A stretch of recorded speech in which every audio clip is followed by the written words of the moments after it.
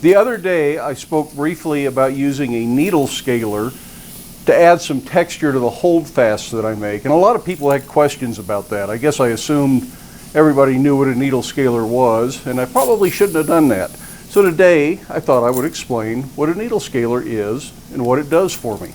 Welcome back to Black Bear Forge and the tool of the day.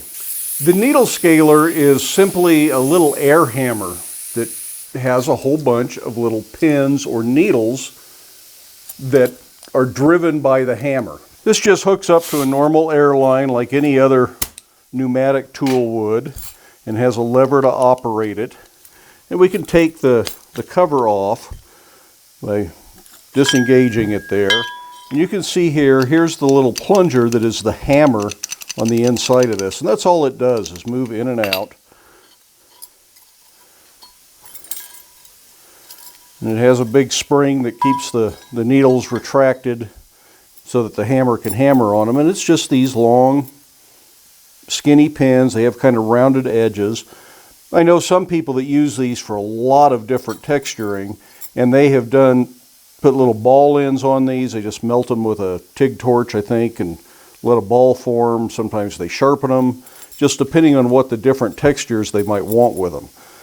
For my purpose, I don't need to do any of that. I don't use this for much. And it's got 3 adjustable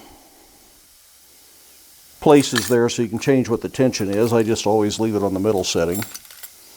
But what do I do with it mostly? Mostly I'm using it to texture the shanks of holdfasts. Now historically a holdfast wouldn't have had extra texture added. They were just forged and the texture was kind of a natural byproduct of forging. But what I buy is cold rolled round stock that is just darn near polished. It's so smooth. And it's smooth enough that it doesn't grip as well as a forged surface. And since I'm not changing this surface, I go the extra step to add this texture to it. Hopefully you can see that in the camera, but it just feels rough. It's not super rough, it's not heavily pitted, it's just a rougher texture than what this is. So these hold in a wooden workbench much better as a result of that texture. Now that is certainly not what a needle scaler is meant for.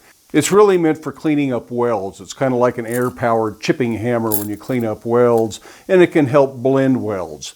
If you're somebody who welds your forge work together, you're welding frames or you're welding the decorative elements in and you're going to grind it, but you don't like those smooth grind lines, that's something that a needle scaler is really good for, giving it a little bit more of a textured finish so it doesn't look like a freshly ground area in between a forging and a fabricated frame. That's might be distracting. So if you're trying to camouflage those welds, a needle scaler might be a good way to do that.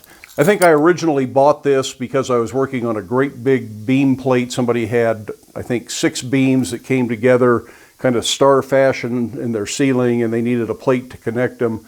And there was no way I could fit something with 4-foot long arms in my forge to do any forging on it. So it was all cut out. And then it just had some texture added to it, both with a hammer and with a needle scaler, using a torch so that it wasn't quite as crisp and clean and new looking. And that way it matched some of the other forge work that I was doing for them. These days, pretty much all I use this for is working on the holdfasts. I think that's a very nice texture. That's not something I do for looks. It's not an aesthetic feature. It is purely function. I'm not doing it to give it the appearance that it was forged. I'm doing it so that the tool functions better, and it's worth taking this extra step to have holdfasts that hold better. So there's my little secret for the day, and that's one of the reasons I can guarantee the hold of my holdfasts. So for those of you who are wondering what the point was and what the texture was that I was achieving by using the needle scaler, I hope this explains that well enough for you. I'm afraid I can't get any better picture of it without some sort of a special macro lens or something like that. So if you're curious, you might just want to go buy a needle scaler, but they aren't always real cheap. There might be some cheap ones out there. This one came from Granger. It's a Dayton. I seem to remember that I kind of choked on the price at the time. These days I might not feel like it so much, but it just depends on your budget. It's not something you really need in the shop, unless again, you are trying to camouflage modern welds to make them blend with your forge work a little bit better. And then this can be a handy tool.